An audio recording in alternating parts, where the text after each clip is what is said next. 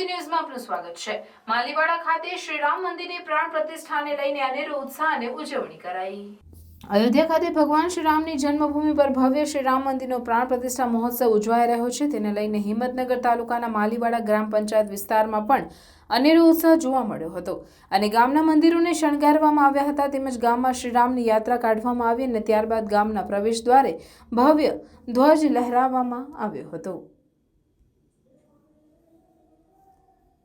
આ પ્રસંગે ગામમાં કોમી એખલાસભર્યું વાતાવરણ જોવા મળ્યું।